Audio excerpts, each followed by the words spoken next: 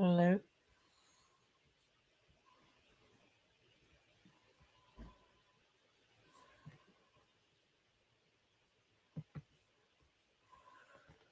Hello.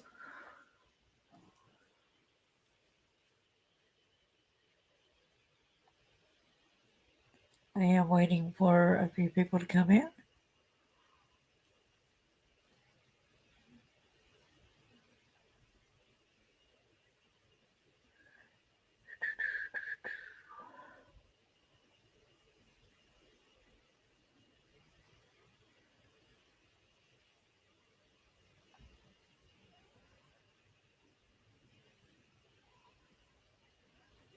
Well,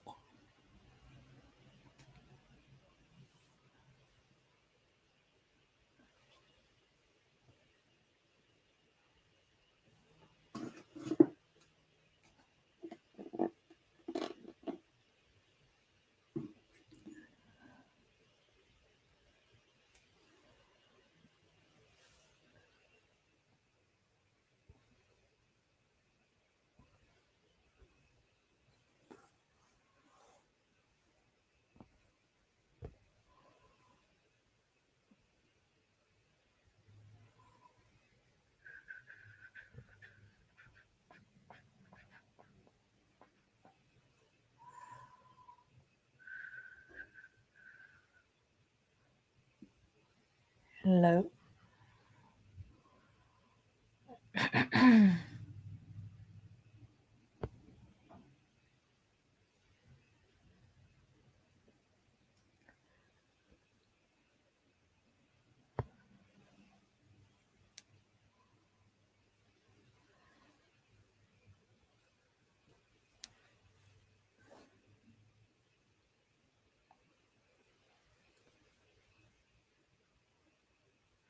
Maybe a couple people come in.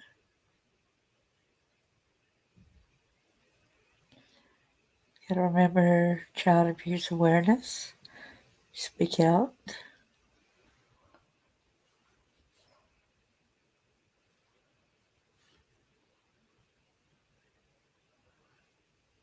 Get help.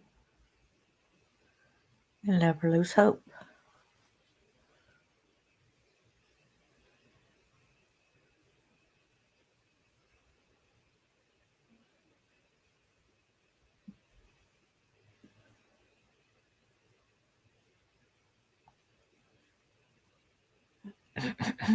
Excuse me.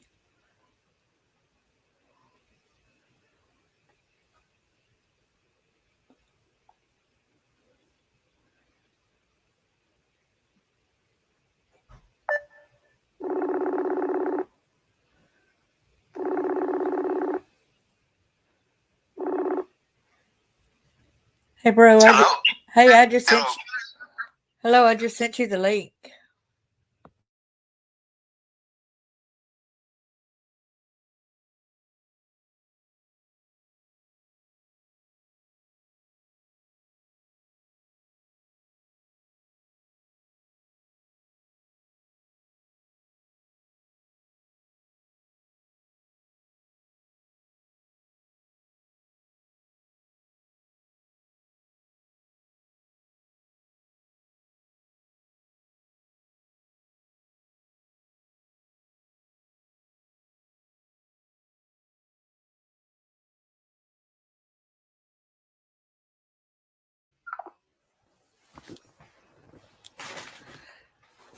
So we're waiting on a couple people to come in.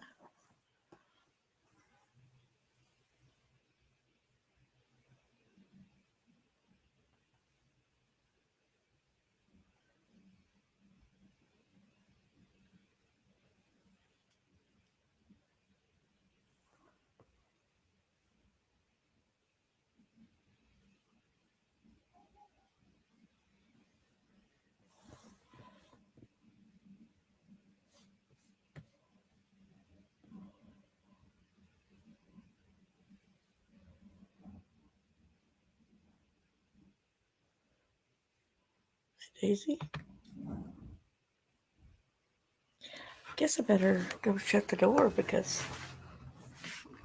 It's getting loud where garbage cans and stuff is.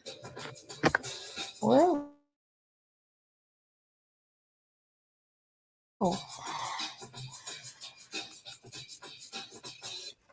that all of a sudden started.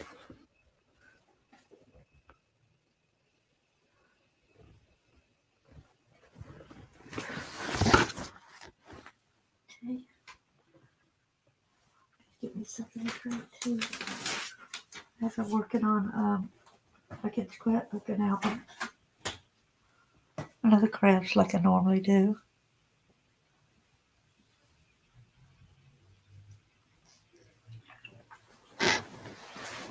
They said it's supposed to rain today and tomorrow as well.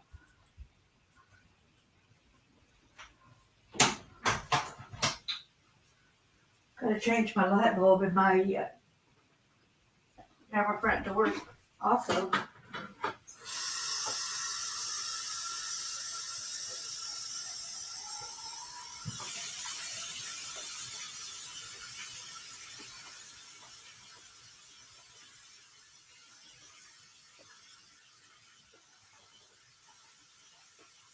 Oh boy.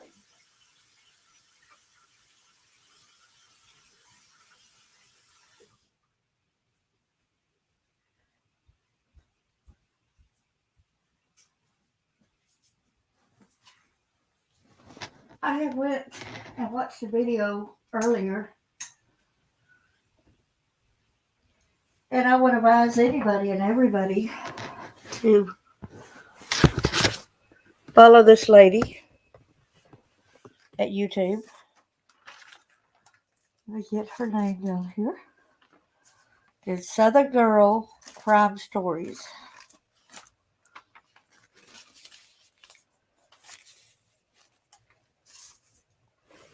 She had an interesting story that I listened to earlier. And this is sad to see. And it goes to show how the government officials are not doing their job. So the reason why I'm sharing this also, the story needs to get out there. Also, you need to follow Southern Girl Crime Stories at YouTube. See, I live in Tennessee as well. So all these stories here affects me in so many different ways. I have been abused basically since birth.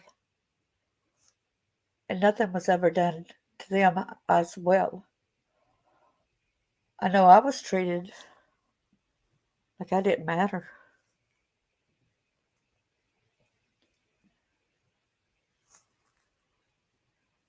I think y'all need to go to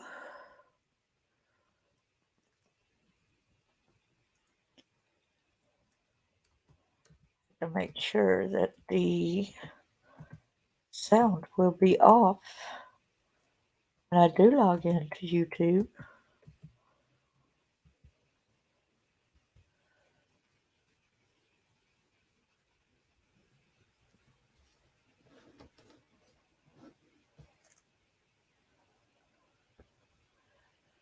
And make sure to log out of this, sign out of that account, and log into this other account. Okay.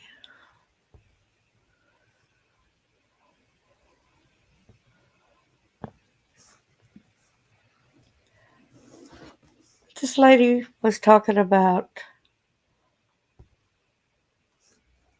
the shocking corruption and abuse in Franklin, Tennessee.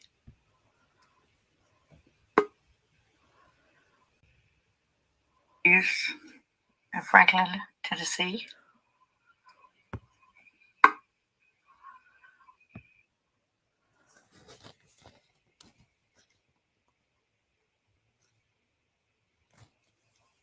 In October 2013, Robbie Mason, he's the school's headmaster for and security at a church.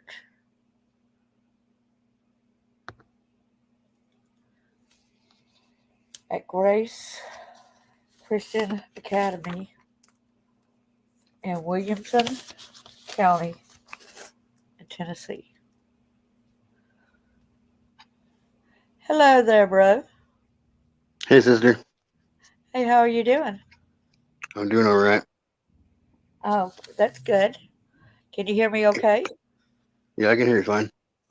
Well, that's good. I'm going to go on over to um, that we can see each other over there at YouTube, but I muted my mic over there just in case anybody comes in Mm.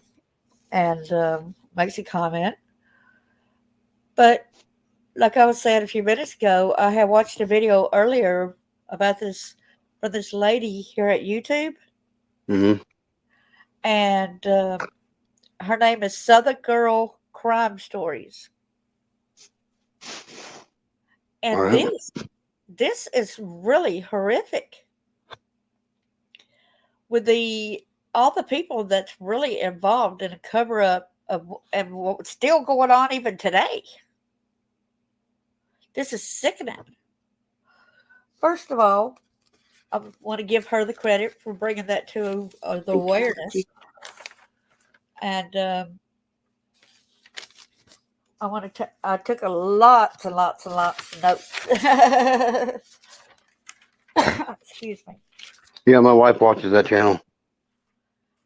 Oh, really? Aaron, and this is a story of Aaron and Angie Solomon. Aaron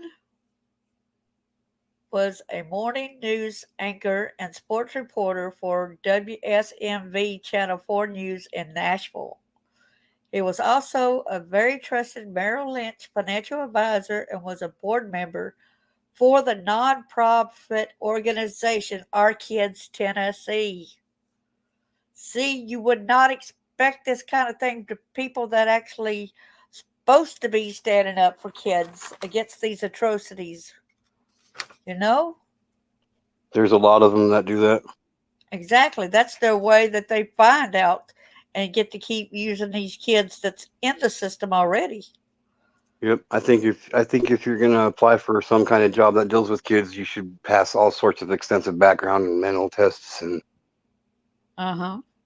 they shouldn't But just hire see, anybody who's got a goddamn degree. So, it's not just him. It goes even a lot further beyond this. Okay. oh yeah, of course it does. So this story right here is really extremely crazy.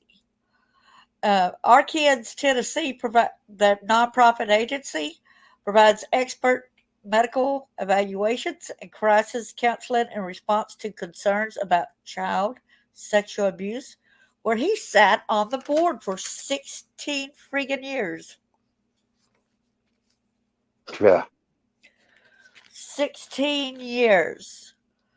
And they said a timeline that could have stopped the death of Grant, which is one of their kids. They had two kids, Grant and Gracie Solomon. Right. And so anytime I do mention the name, when I do mention the guy's name, you know that I'm not talking about you, Aaron. I'm talking about Aaron Solomon. I want to get that Oh yeah, clear. I'm good to know today anyway. So yeah, I know you're not talking about me. Yes. So anyway, just letting people know this is Aaron Solomon that lives in Williamson, Tennessee, unless he escaped again to North Carolina, which he's good about doing. In October 2013, so this lady, she gave a timeline of events which should help. Okay, get rid of that. I don't want that coming up. We're busy doing this, aren't we? Okay. She gave a timeline event which might have helped this boy not to be murdered, this teenager. Huh. Okay, Robbie Mason, he was the school's headmaster and also the church's headmaster of security. He was telling teachers to turn a blind eye to anything regarding Gracie and Grant. Anything that the kids had to say, turn a blind eye to it. Do not pay attention to it. Just let it go. Don't surprise me. And Tennessee's got that law where it's supposed to mandate reporters about anything that kids come up.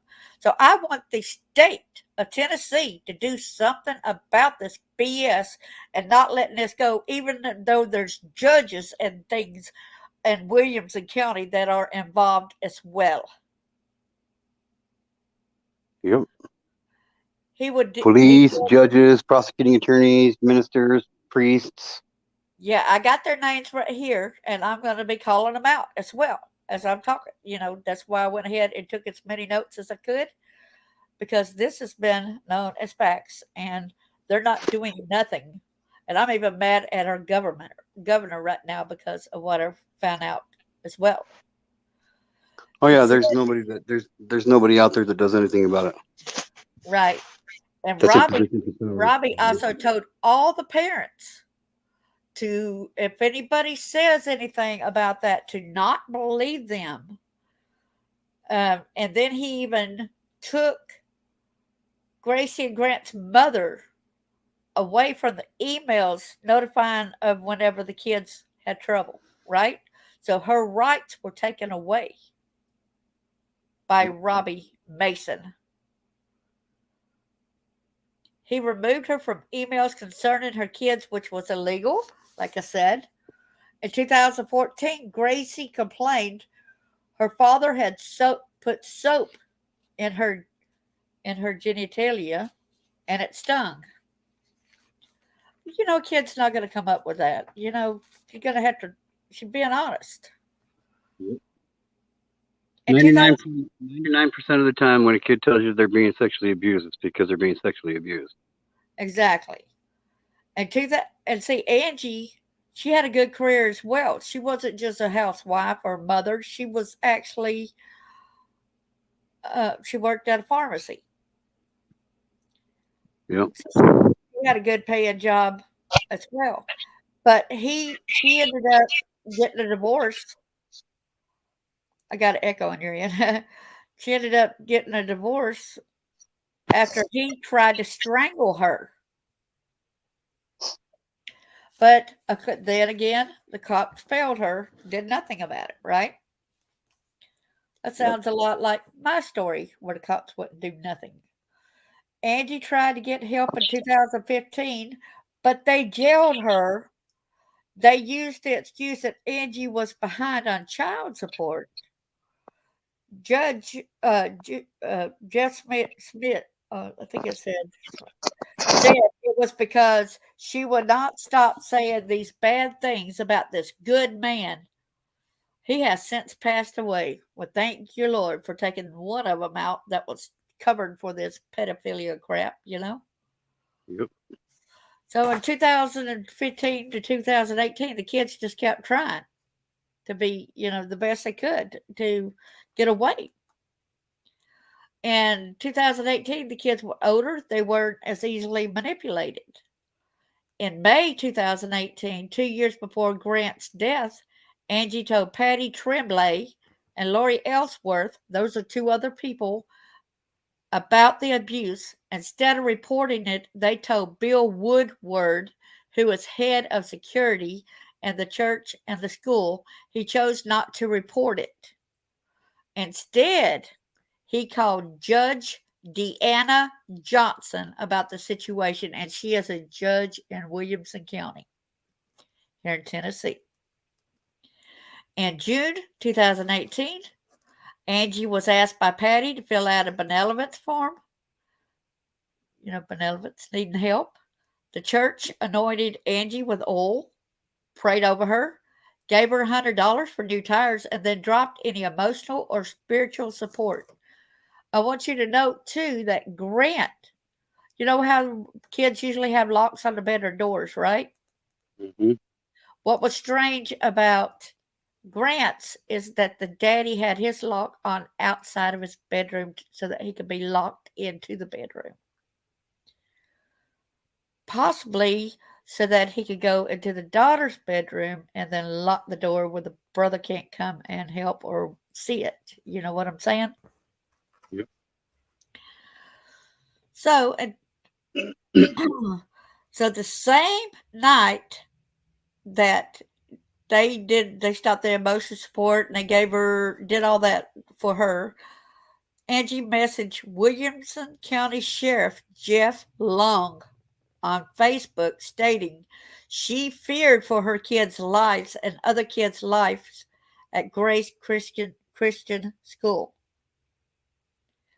Jeff met with her immediately.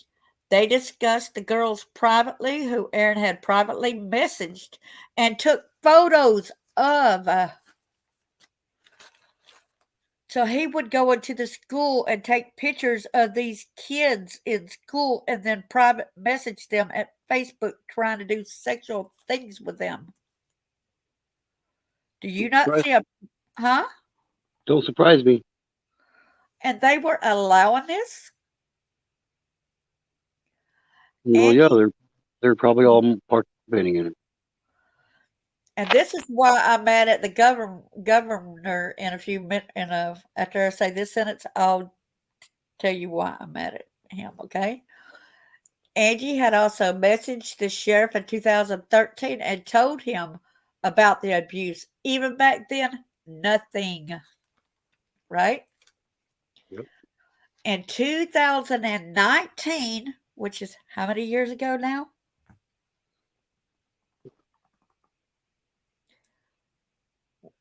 2 or 3 years. Going on 5 years. Governor Bill Lee appointed Jeff Long, that was a sheriff, right? That would do nothing, right? But he appointed him Commissioner of Safety and Security, placing him in charge of the Tennessee Highway Patrol.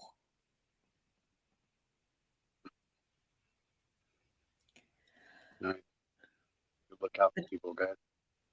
Oh, yeah. The Tennessee Highway Patrol would have been the right place to start an investigation into these things, but even with the warning Jeff Long had, he did nothing.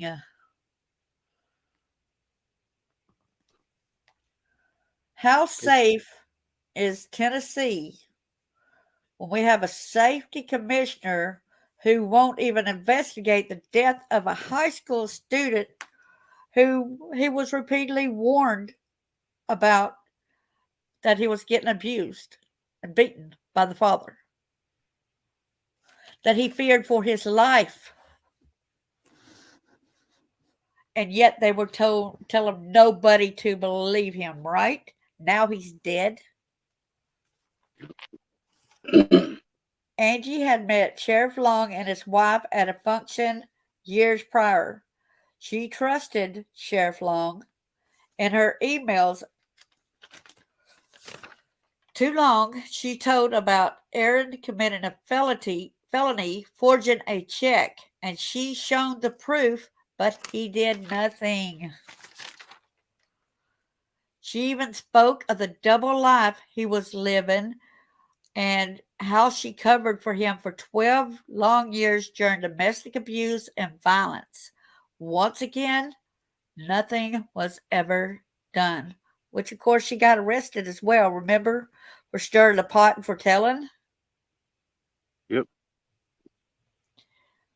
An incident on May the 9th, 2013, 31 days after the forged incidents when Aaron allegedly strangled Angie, Long went and had the handwriting analyzed on the forged check and verified the writing matched Aaron's. But once again, nothing was done. And see, of course, he stole it from that school that's basically covering up for him. And he knows all their secrets about their pedophilia going on there, too. Yep. So now there's a timeline of events that she was talking about as well in 2018. Said in May 16th, Angie emailed Kurt, Kurt Beasley, who is an attorney and close friend to the pastor of Grace Chapel, saying she feared for her life and her children's safety. This was a good mom. She's screaming out, "Help me, help me, help my kids." To me, with all these people that's done this, they need to go to jail for the murder of this child. They need to go to jail for even going along with the pedophilia and still even allowing that guy to get on the premises to further keep sexually abusing these other people. Yep.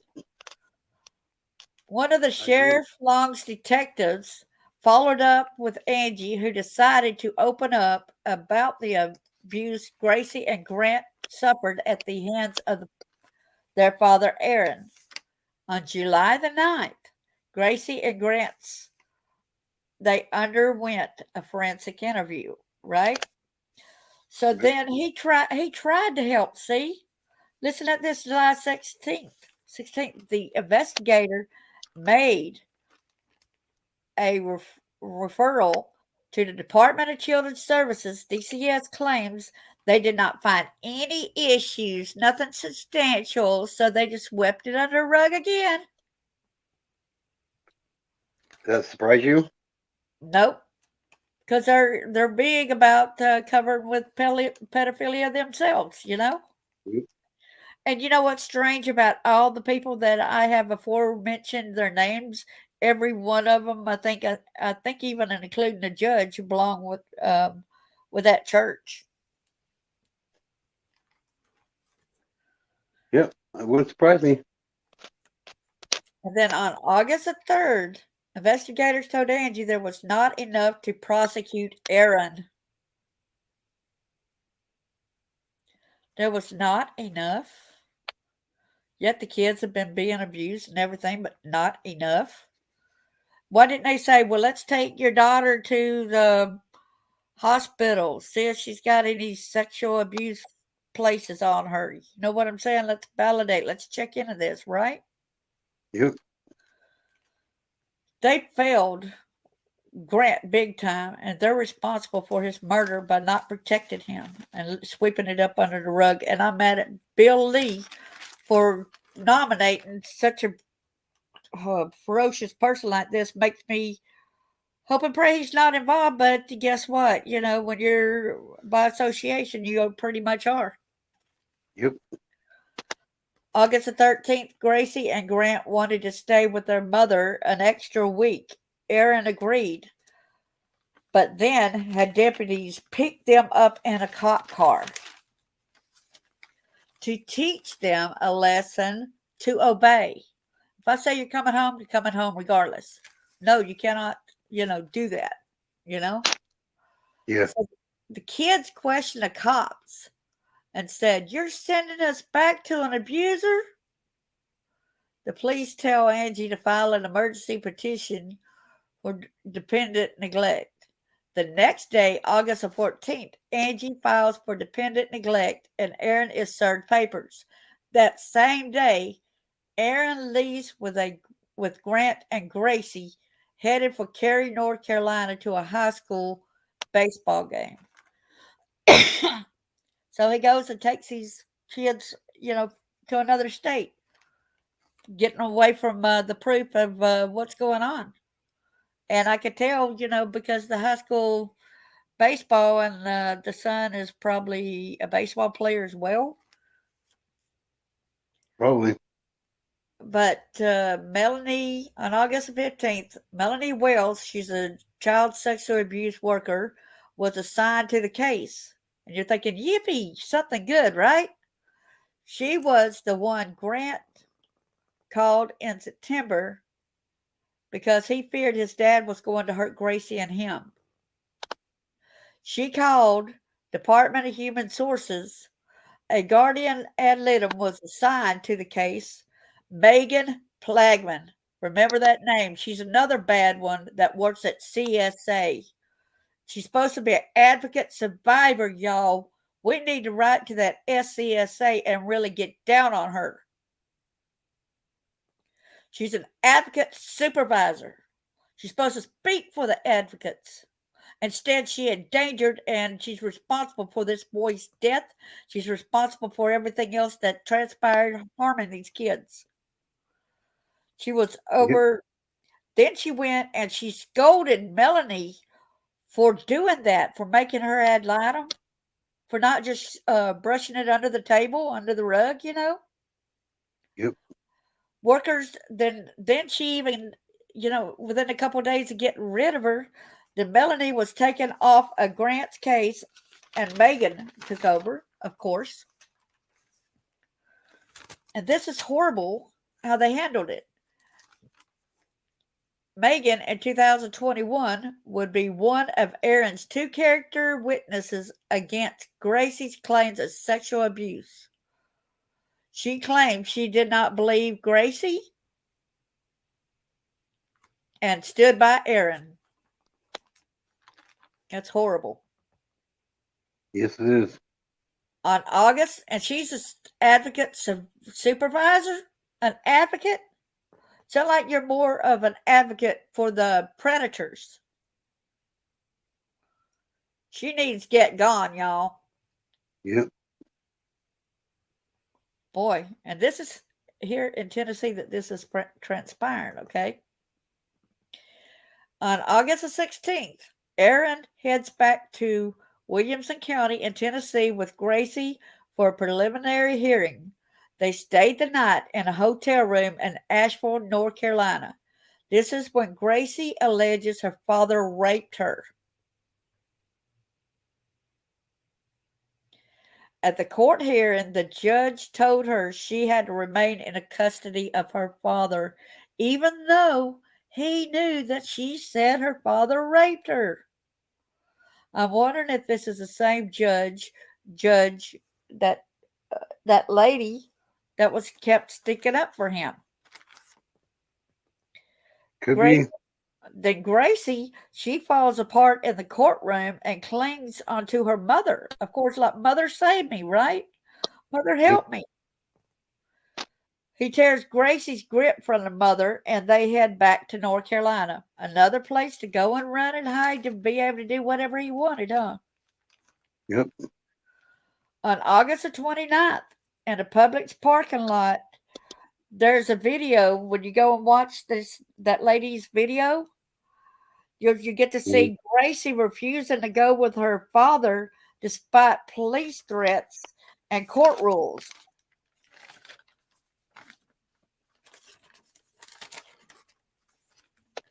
Crazy She shit. needed, she needed help, and the police were still not doing nothing about it. That sounds awfully familiar. Yep. On August the 31st, Angie was in a car line to pick Gracie up to go to the doctor's appointment, for at school.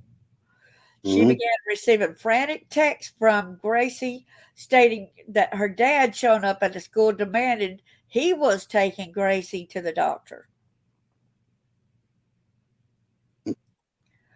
So Aaron and Rona Branson, which she is the elementary principal, well, he should not even been allowed in that school.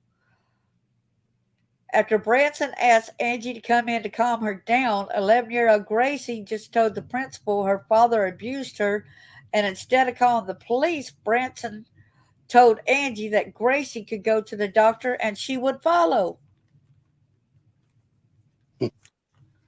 Meanwhile, Gracie is hiding from her father in Branson's office upstairs.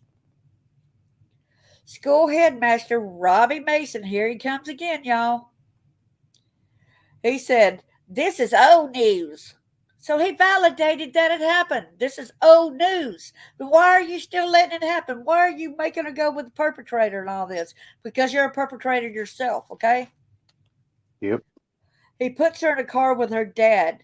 He is the same man who allowed Gracie's father on campus even after he knew there was a restraining order filed against the father, included even at Grace Christian Academy. He was not even supposed to be around Gracie there. There was a freaking restraining order. So can people get the cops and get them to go and arrest these perpetrators? Yeah, right.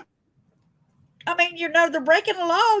If that would have been us, don't you know that they would have arrested us, but then they're not arresting the perpetrator? And Angie was doing her best to try to keep her kids protected even at the school by having that restraining order. When the cops wouldn't even come to try to help. Oh, yeah, yeah.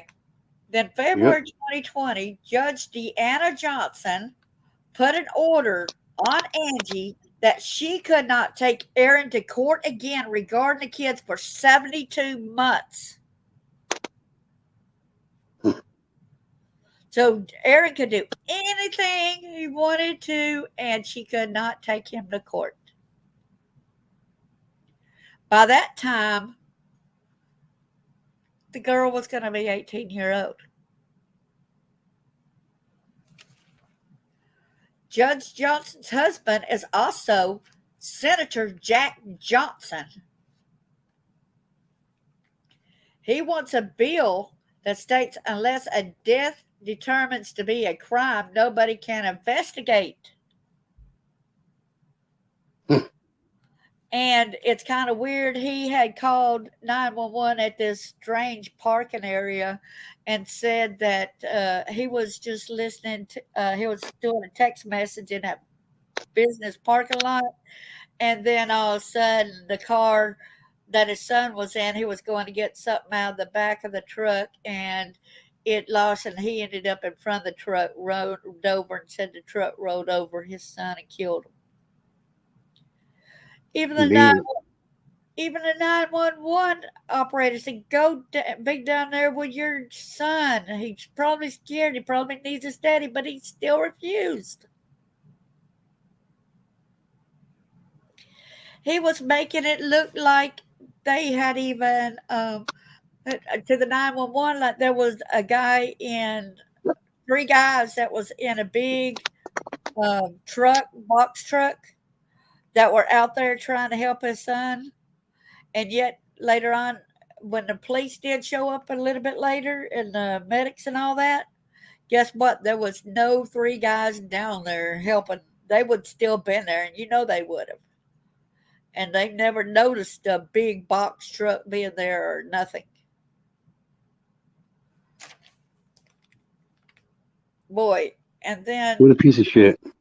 yes, and the boy did not even, when the police came, guess what? When they did an autopsy, the, guess what? The tires were not, did not run over the boy, okay? So it's shown that somebody evidently got in the vehicle and ran him over. Wow. So it had to be him. The daddy Yep. got away with it. Because guess why? Because see, he just got through turning 18. And so in a couple months, he was going to testify for his sister about the protective order against the daddy. And he didn't want that to happen. So Well, of course instead, he not. He killed his, loses everything that way. huh?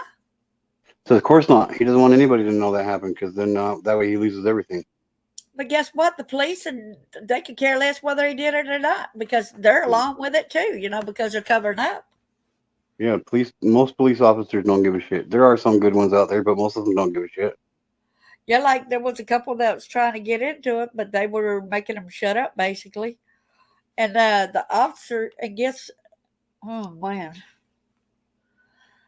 And you could also know that they want, the reason they want to make sure to do this a bill, because they want to do this because all the information about Grant can be gotten because the Freedom of Information Act, which gives any person the right to request access to records in the executive branch of the U.S. government. Federal Yep. agencies are required to disclose any information under the FOIA unless it falls under nine exemptions. Yep. The only investigation Gallatin police did, this is Gallatin in Tennessee, So remember that.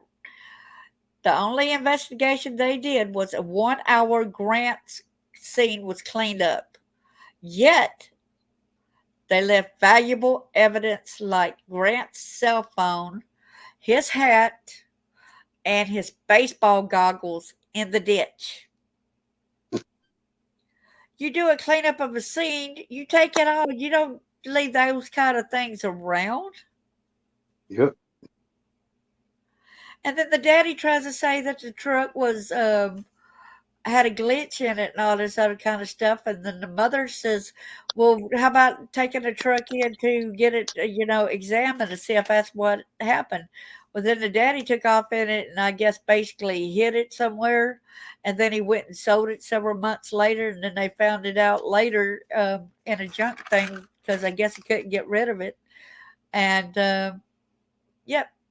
You know what's weird? The little boy did not have, well, the teenager, he did not have any asphalt fault type of scrapes or cuts or nothing like that would be consistent of being dragged under the vehicle like the father said happened.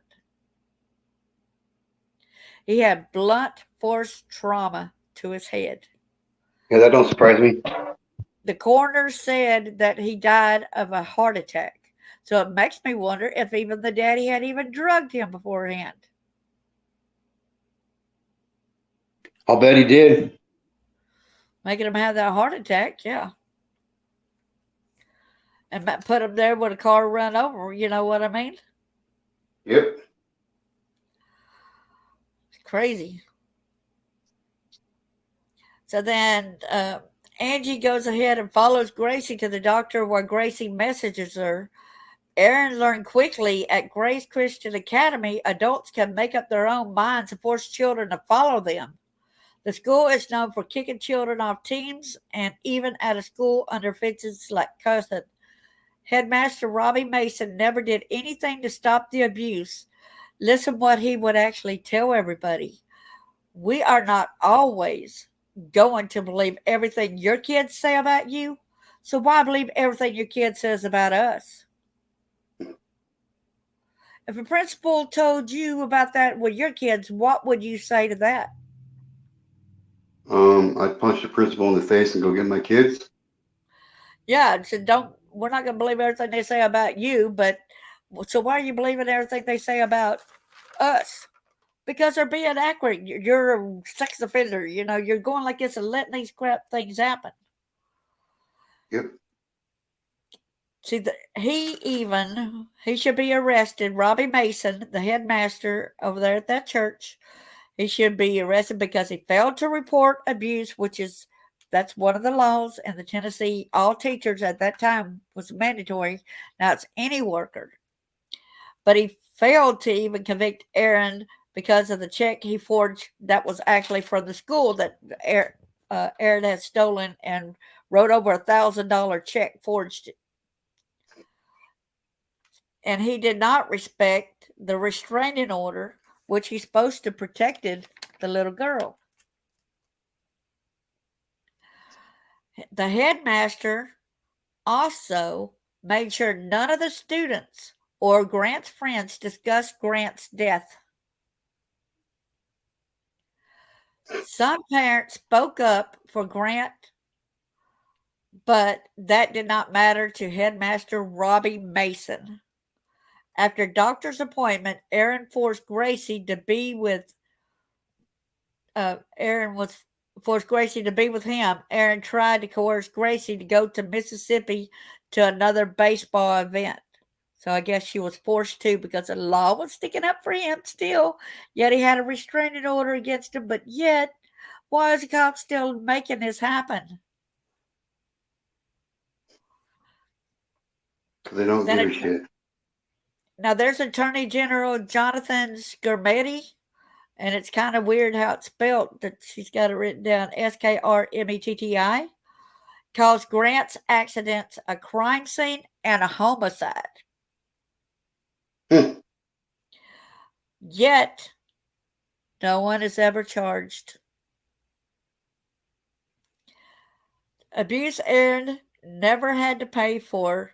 No one in the Grace Christian Academy administration broke the law and not reporting the abuse. All them, they broke the law and none of them had to pay. Aaron is still allowed in the school where he takes pictures of girls The and fuck. yes, and he contacts them via social media coming on to them. And the school and all is still allowing all this crap. It's all part of the normalization of pedophilia. Yeah, and we're supposed to be, they're supposed to have this new training there to stop this kind of shit from happening, and yet the judge and everything. So I believe everybody that I had mentioned here needs to be gone. That whole school needs to be closed down, evidently, because that school is nothing but a profit for sex trafficking. I'd definitely be looking into the school board. Yeah, it's a Christian school too, though. The same people Still at have the the school school board. and church. Yeah, it's a private school. So when there was if you watch the video that she has also got on the page, then you get to overhear a meeting between Rona and Amy that's done discussing. Basically, it said, well, she's going around. I guess it's talking about Gracie. She's going around and telling the rest of the students, and the rest of the students are about 11-year old. They're going to ask the parents what is sexual abuse, and she's victimizing these students by getting these students to ask what is sexual abuse. She's tainting these kids' minds. She needs to stop it. She needs to just. I'm worried about her future if she continues to talk about this thing instead of just letting it go. Yeah, just let it go. That's a good idea. Just let it go. Yeah, so you can go right here and keep your predatory bullshit. Don't Yep. you know that as long as you're doing like this, you're just as much to blame of the sexual offense of everybody in that school that's doing this. If you're harboring and you're protecting these pedophiles, that means guess what? You're a pedophile. You're yourself. Exactly. If you don't Now, stand up to pedophilia, you either support it or you are a pedophile. yeah, and then for them to reprimand her, saying these kids don't need to know. Well, maybe she didn't need to know either, but unfortunately, she knows because of this happening. And I bet you a lot of them girls that was asking about it knew exactly what it was, but they had to act like they're innocent and didn't know it themselves. Yeah. For me, I got to say, I would have much rather found out about sexual abuse from my parents educating me about it than finding out about sexual abuse how I found out about sexual abuse by being sexually abused. Exactly. And like So, you remember that thing I've got on my they're talking that are you part of the problem? Are you one of the law enforcement officers who do not protect who do not stand up? yep, If you're in the judicial system not doing your job, protecting protecting the people, then you're not doing your job. Why are you protecting vi- um, the perpetrators? You said, "Oh, poor children, poor children, poor children," but that's just a facade because you didn't care enough when he was alive. And you don't care enough about Gracie and she's alive, and you don't care anything about Angie, and then these other girls that stepped up forward too about him, that pedophile Aaron.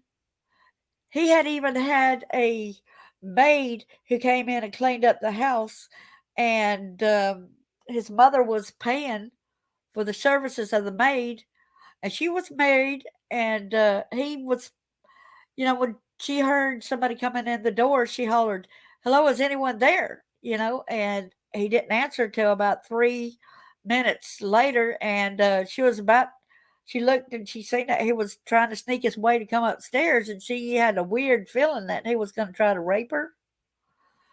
And he said, "Well, why don't you go get a bathing suit or something like that and come swim or something like that?" And she says, "No, thank you."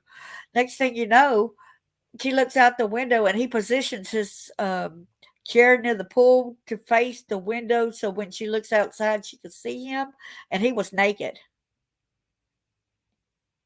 and had a heart on. So she was, bullshit. yeah, and so she said, well, maybe it's just his, breeches been about the same color coded. So she went back and looked out and she seen that, he was in a buff.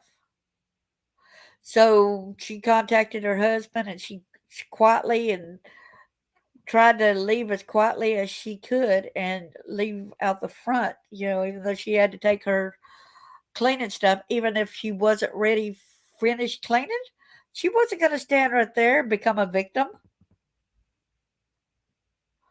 So after she left, he called her or texted her and said, "Are you gonna come back? Are you? I don't know why you would leave. Yeah, I'm sure you don't know why you would leave because somebody is standing up against your ass and don't want your ass raped. Their ass, you to put a hand on them. Makes sense to me. So even that's a decent exposure even to that lady. Yes, it is, and that's not it's not a good charge either. Exactly. And then there was the Chief Don Bandy was in charge of the officers at the scene of Grant's death, and Senator Bill Haggerty gave a tribute to the pastor at Grace Academy at this Christian school. He gave him a tribute, and he had helped the Christian Academy cover the abuse, and he left in 2021.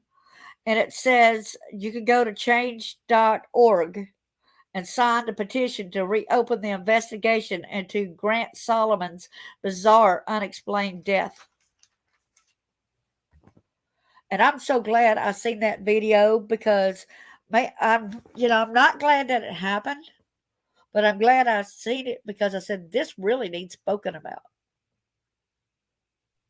Yeah, it does. It's like this all over the country, everybody. Like, you guys don't, I don't know if most people realize it or not, but this kind of shit happens right inside of your own hometowns, right inside your own city halls, right inside your own private schools. All And you day, might, every day, it happens. And people are blind to and that you fact. And you might say, well, it's none of my business, or, it's not happened to me, or will they grow up someday? And, okay, after I say a particular thing, I want to hear a comeback because I want to say some of the comebacks that some of the people say, okay? And then you give me a response to it, okay? Okay. Okay, well, she liked it anyway. Uh, I don't even know how to respond to that. I don't even know how to respond to that. Well, she wanted it. She would have got away if she didn't want it. Or the most famous one that I've heard is, well, she seduced. Yeah, I hate that when they say she seduced me. Well, you're the adult. She's the child.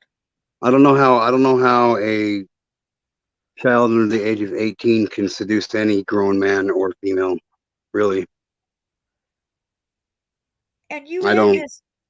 you had this girl screaming and begging for your help.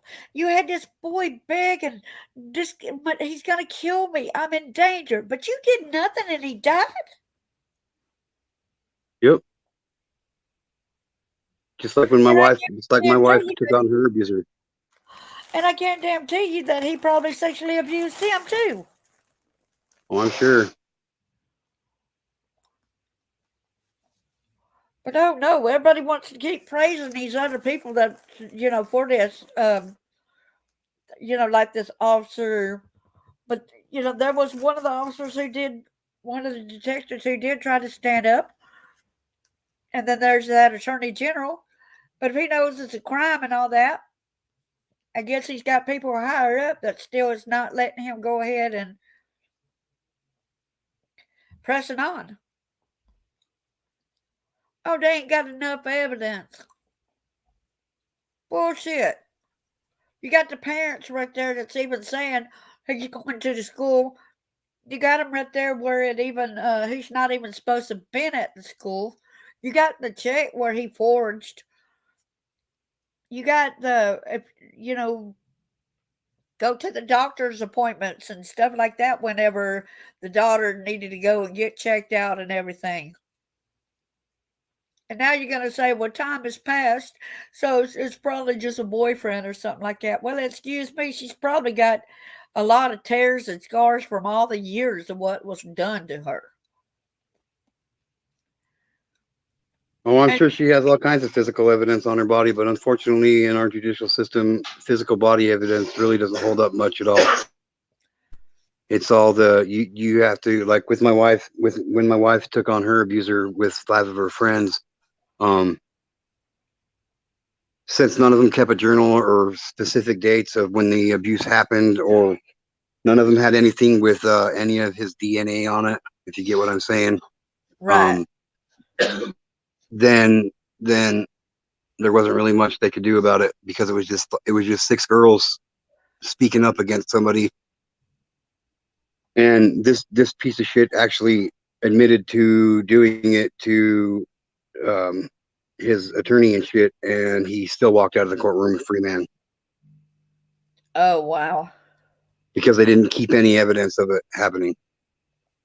So remember, if you guys got kids and there's a chance that they're going to be sexually abused, make sure you tell your kids to keep their dirty underwear, or keep specific dates written down in a journal for when they do decide to tell people about it. They have evidence against their sexual abuser. How fucking ridiculous is that? Exactly. And cops, when you hear somebody saying this kind of stuff, take it into your power and do something about it. Even if the higher ups won't do nothing, go to hire more powerful people. Yeah, but unfortunately, like I said, too many people in those positions of power are corrupt themselves, man. It's disgusting, and it makes me sad. Yeah, and I'm sure we always tell people to go tell, go tell, go tell. But right now, with that being like it is, who do you really trust to go tell when the world is so corrupt like it is? When these That's people the kept telling, challenge. these people kept telling. This one guy, he did what was right. He actually went to childhood sexual abuse, And that one girl really did it, Melanie. She really did really good on trying to get it out, and she did that advocate, that person that had lied him, and that lady that was in charge of it at CSA. And I hope it's not the same CSA that I know about, because they had kicked me out of there too. Yeah, it's crazy. I lost all respect for that group, and so it makes sense for it to be that. And Yep, it does. Yes, it does. if you got people that's supposed to be an advocate, then advocate for them, and don't say, "I don't believe her." You're not supposed to say, "I don't believe her." Check out everything. Yep. If somebody comes, especially a child, they come up to you and tell you they're being sexually abused, listen to that child. I mean, a lot of people that I've talked to and whatnot, they tell me, well, I don't really, it doesn't affect me because I don't have kids. But you don't care about children at all, then? Like I don't get it. Like I don't get So, it. so you can see you you can see that you go to the store a lot of times, and then there you can tell that there's an abusive person right there. A lot of times when you go to town or something, you can tell by somebody's how they're treating that kid. Indeed, you can. And as long as you just keep saying, "Oh, it ain't affecting me. It ain't a part of the problem," all that kind of stuff, well, guess what? You're a part of the problem, not doing nothing about it. When you go and see something like that, it's up to you. You might be that person's only hope for survival. Exactly. Look at the different people who did see Summer Wells that day. We don't know what happened to her.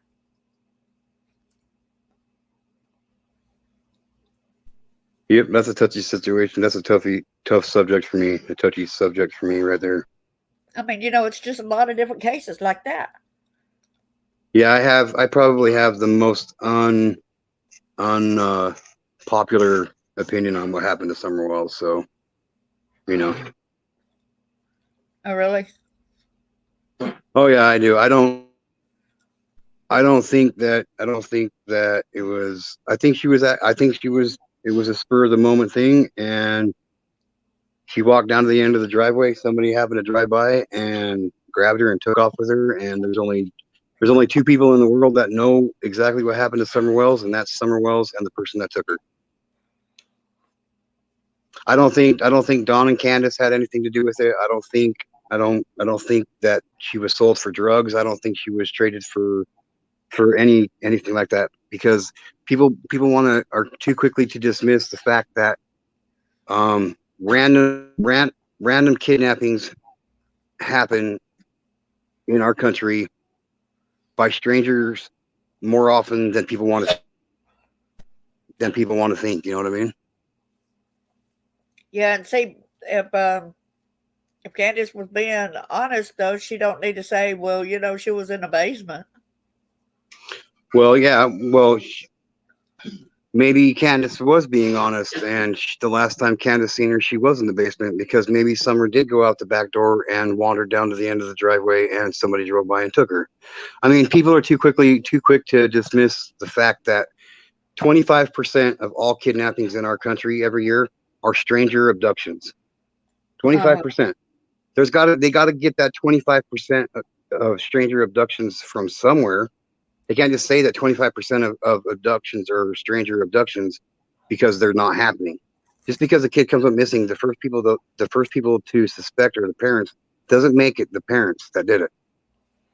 yeah, I'm not sitting here saying that I believe that Dawn and Candace are good people, because, well, from my opinion alone, I don't see them being decent people. But right. just because they're not decent people, don't mean that they're going to sell their child for a drug debt, or any of that shit. Is it possible that they did? Yeah, it is. Is it possible that they had absolutely nothing to fucking do with it? Yeah, it is. So, I mean, that's like I said, I probably have one of the most unpopular opinions about what happened to Summer Wells than anybody else. So Uh-huh. But I that's just what. hope I just hope one day that she's found, and when they find her remains, I hope it answers a lot of questions for people. And Well, if I hope Don to and God Candace she's are, still alive. and if But I hope that she's still alive, though. yeah, she's not. That's just my opinion. I don't believe she made it past the first day she was gone. To tell you the truth,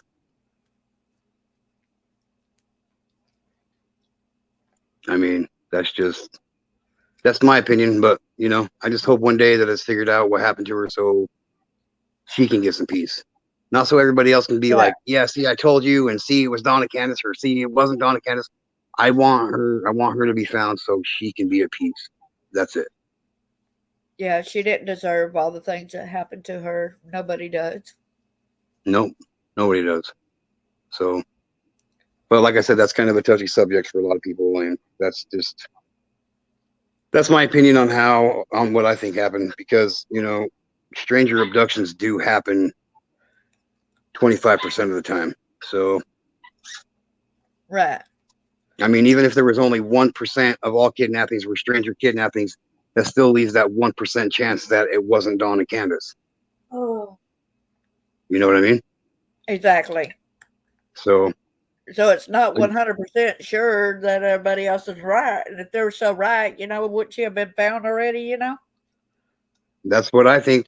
And I'm not saying Dawn and Candace are stupid by any means, but I honestly feel that if Dawn or Candace would have had something to do with it, one of them would have slipped up and said something totally incriminating by now, and Well, they haven't.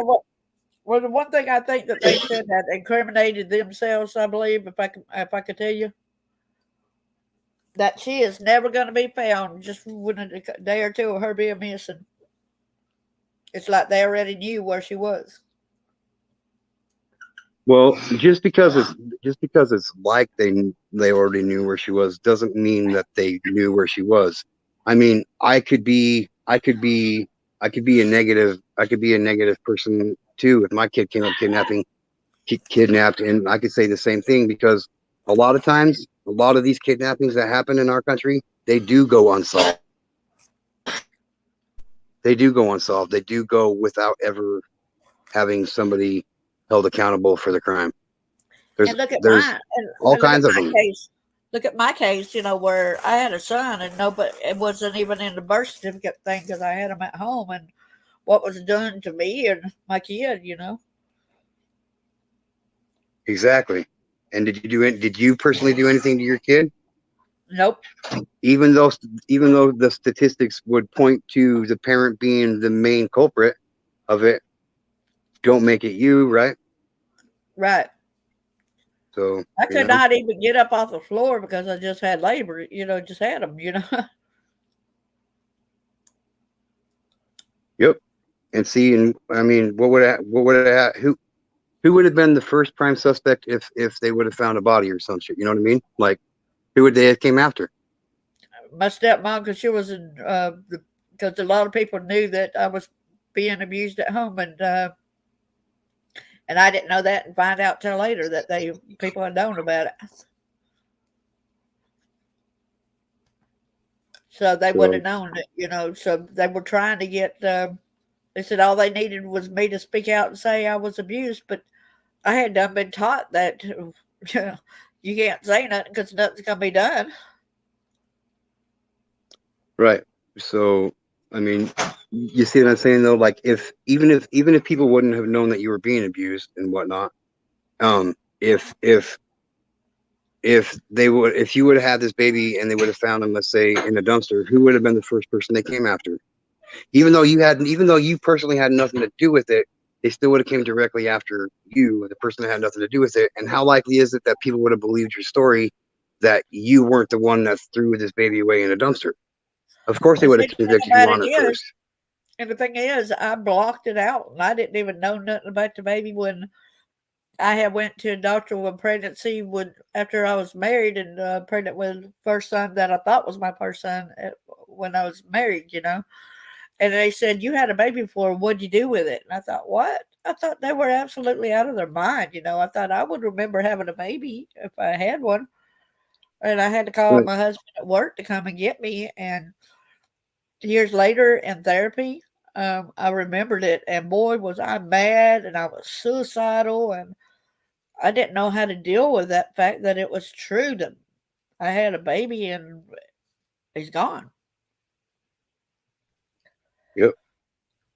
But the Pretty fucked police up. officer, but the therapist told me it would be my word against hers, and I might go to jail for something that she did. Yep. Happens like that all the time. Happens Yep. like that all the time. But it's really very interesting that since then there was a Montel Williams show, and and this was after my divorce, and I was watching TV. I was living in Alabama at the time. And my boyfriend's like, "Come back in here. This story's a lot like yours. It's a lot like yours." So every time I would hear a part that sounded like mine, I would run back in there to the TV. And then I would leave the room and something like that. Then she mentioned, then he said, "Come in here. It's similar to your story." And then when she said that her mother was in a cult and there were three different places where the cult had people had meetings. Right. Then all of a sudden, when she said the location of where the cult meetings were, that she was there and they're about to destroy one of the houses, and all of a sudden, when she said the location, my legs went out from underneath me. I fell straight to the floor because it was the same area where I was living. And I had also found out that the house where we were living, the house was about to be destroyed. So that was a shoe in like, oh my goodness. Yeah. But what gets me too is the psychiatrist told me, said, well, when you kept losing consciousness and stuff like that, maybe she made you think that she killed the baby and didn't kill the baby. She might have, while you were unconscious, she might have gave the baby away and then made you think that she threw it on the fire or something, when you did snap back out of it, right? And Right. I said, well, that makes sense. And because there was one time when I was married, I had my two boys, and my um, husband was still gone, and the power had went out, and it was so hot. It's a hot heat of the summer. I guess people were really straining the air conditioning because to try to cool down. And I wrapped myself in a bed sheet just trying to stay cool because I was that hot. And all of a sudden, I looked up and there was a little boy standing in the hall straight in front of me. And I screamed out like, ah! I screamed. It scared me seeing a boy right there that was older than my other two boys. And Right. that he was just staring at me and everything. And I guess I scared him. And at the time, one of my boys said that they remember seeing him, but later on, now that they got older, they don't remember seeing that. But back then, they said, "Yeah, I saw a boy standing there." I said, maybe he Mm, was alive, and what I'm saying, and maybe that was him, but I didn't even know that he existed back then. right. I don't remember that That's about a crazy. baby, huh? But yeah, that's crazy. So there's a possibility he might still be alive, but why would she try to make it think that she killed him and all this other kind of stuff? Uh, one thing I've quit trying to do is trying to figure out why people do things. Yeah. I figure I don't understand why they do those kind of things because I'm not that way, and I'm Well, probably that's off a true. better person by not trying to figure it out. Right, exactly. I just try to take a step back and figure out how to help the person that it happened to, really, And what needs to Right, be changed. and what needs to be changed and fixed to make it so it don't happen anymore. That's what I do. exactly. So, So, like when one time you was asking what we need to do, about some things about getting some things changed. One of the things is like There's a when we do watch a YouTube video similar to like that lady she had said, we take down the information, we take down the names, hmm what was done, all that kind of stuff. And it's like, look at this. Why isn't the government standing up and protecting the kids? Yeah, you might have abuse laws or child abuse laws or sexual abuse laws, but what good is it when y'all don't enact the law for to certain people? You pick and choose on who you're going to go like that accommodate, or whether or not you're just going to let that kind of thing go on, or what? well, we know the answer to that. Why they don't do shit about it. These laws and penalties they put in place are to make people feel safe. So people believe that, oh well, if they get caught doing this, then they're gonna do this much time. So that's good. But 99% of the time, people don't follow up on these kind of court cases and see what these people are actually getting sentenced to. So the laws and penalties are there to create a false sense of security. Hmm. You got that right.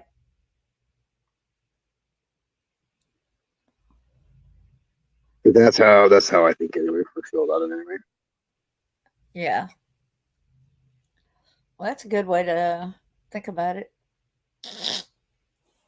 because it's like when you go like this, and what so many people told me said, they had abuse laws to protect the wives and everything. I said, well, you can't do a damn thing about it when the law don't go and adhere and protect the woman or whatever. Yep, yep. I think most laws and penalties are set up to give people a false sense of security. I had So, recently I was talking to a guy at a dating site, and he was telling me that, oh, I'm nothing like the abusers you had. Well, what really struck me and gave me a red flag about how he really was, even though he said that he got arrested before for abusing his ex-wife, he never caused a bruise or busted her lip or broke a rib or nothing, but he bruised her up, right? but said that, but I never heard her like that. Well, abuse is abuse, but the one thing that really stuck a chord with me is one time, when we were talking on the phone, and I said, "What is it that I'm attracted to in a guy? What really attracts me to a guy?" And I was trying to think about what main thing, really attracts me, gets my attention, right? You would not believe his response back, and that was a big red flag, and so I wouldn't meet him. Red flag was, "You're attracted to abusers." You're what? Sorry about that. He said that I was attracted to abusers. Wow, you know what my big red flag was? What? My big red flag was the fact that he said, "I'm not like those other abusers, insinuating that he is an abuser himself. I'm Exactly. I didn't when pay you say attention I'm when not that like letter. those, Yeah, I'm not like those other abusers. when you say so, when you make a statement like that you're not like those other abusers, you are including yourself in that group of abusers. You know what I mean? Yeah, you know what's funny is I didn't even know about that. I didn't even recognize that part. Yeah. See, and and as soon as you said that, that was the big red flag for me. Was right there. Like I'm like you're talking about how these other things were a red flag for you, and within his first 6 words, he was his first red flag. I mean, he's literally flat out telling you that I am an abuser, but not like the other ones. Yeah, I don't go and I'm break not an abuser. bones, and I don't bust Yeah, lips, and I don't black eyes, but I still abuse you. yeah. So meaning he's an abuser just like all the other ones. Exactly. Just because one abuser touches somebody and one abuser mentally abuses somebody doesn't make them different types of abusers. They still all fall into the category of abuser, Exactly. you know? Yo, see, that's a So good point that Get to Know just pointed out, where I did not even recognize him with that saying that statement that I just pertained it to, I'm not like rest of the guys, that you knew or something like that. I just kind of left it off like that, right? And instead, you picked up on it right away with him basically admitting that he was an abuser. yeah, he straight comes out and he straight comes out and lets you know from the very get go that he's an abuser. Wow. And see, I didn't even notice that. If you pay attention to somebody's words, a stranger's words, you can tell a lot about how that person is, whether they're a liar, a thief, a backstabber, a piece of shit, or or anything else. You can tell a lot about a person the first time you meet them and talk to somebody. You know what I mean? Like people's words will tell you somebody will tell you exactly who they are without even Uh-huh. realizing it just by the words they use. Oh, yeah.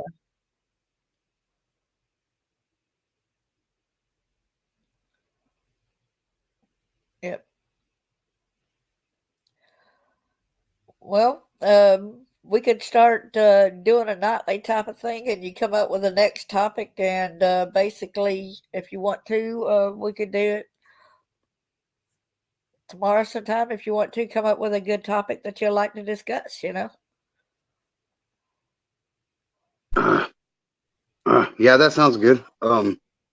I was noticing that whenever I go to do a live now or whatever too, it gives me the option to go live with somebody else.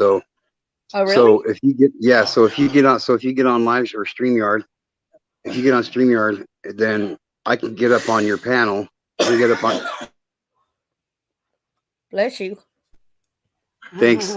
I can get up on panel and do something. I mean, I could figure it out before then, or figure it out why we do it. But then I can go live on my live stream on my StreamYard account or my YouTube account from your live stream at StreamYard. So we'll both be live at the same time, promoting both of our channels at the same time. Yeah, you'll be able to go to that one and yeah. So everybody that's in your community will get a notification that I'm live with you, and everybody in my community will get a notification that I'm live with you. Yeah, that would be So we're good. reaching we're reaching we're reaching a lot more people, you know what I mean? Exactly. That's awesome, And that's why I'm doing what I'm doing. I didn't start my YouTube channel to make money off of anybody. I didn't start my YouTube channel to fuck anybody over. I started my YouTube channel to reach people, to create awareness about the biggest problem in our country, and that's pedophilia and how it's becoming normalized. And pretty soon, if we don't do nothing about it, it will be becoming an accepted behavior. We will be forced.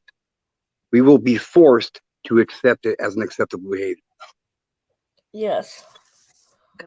and that's what it's coming to. What they're doing, they're trying to make it acceptable by slapping everybody's wrist like you shouldn't tell, you should And remain supporting the quiet. kids, Yep. giving them a home, supporting them, giving them a job. Uh-huh. Like all of our prisons have special units built that us taxpayers paid money for them to build to house these sexual predators, to keep them safe, so they don't have to run the risk of them being hurt in their prison, because pedophiles are looked down upon in prison, so they have to protect them and keep them safe, so they build them their own unit as separate from the rest of the general population, where they get to be housed with other people just like them, other pedophiles, so they can sit there and talk about their fucking crimes that they've committed and why they're in fucking prison for them, and all get off with each other. That's what our prison system is becoming. These things that people Exactly. hear and see on TV about how prison is not the way prison is, people. It's very rare. It's very rare that somebody with a sex charge will make it to general population in prison. Around normal criminals, your drug dealers, your robbers, and your petty and your drug addicts, the really bad criminals, like drug addicts, Exactly. that's not who they get around. They don't get the chances that somebody gets to get their hands on a pedophile is very slim. Right. It's not like this shit that they push on TV, the shit that they show on these SVUs and all that shit. That's not how it is in real life, people. That's all a show. It's all made up. You think it takes only 24 hours to get a DNA test back? That's ridiculous. No, it takes You know what longer I than that mean? for sure, yeah. Oh yeah. Oh yeah. So I mean, the way like the closest the closest show I ever seen that portrayed an honest vision on how jail is, on how prison is, would have to be a series called Oz from back in the mid to late 90s. Uh-huh. It was on HBO, but yeah, it's the closest one that to how prison life really is. Uh-huh. All these other ones, like these pedophiles aren't getting their payback like people think. Yes, every once in a while, one or two of them do here and there, but it's not like people think. They get catered to when they go to prison. They don't get punished when they go to prison. They get catered to. They're protected. My phone died. Oh, your phone died? Yep, it's gonna go off right. Okay. I want everybody to know that they could go still to YouTube and please follow Southern Girl Crime Stories and also go to Get to Know's YouTube channel and follow him as well. I want to thank you so much for being here, Aaron, and God bless y'all.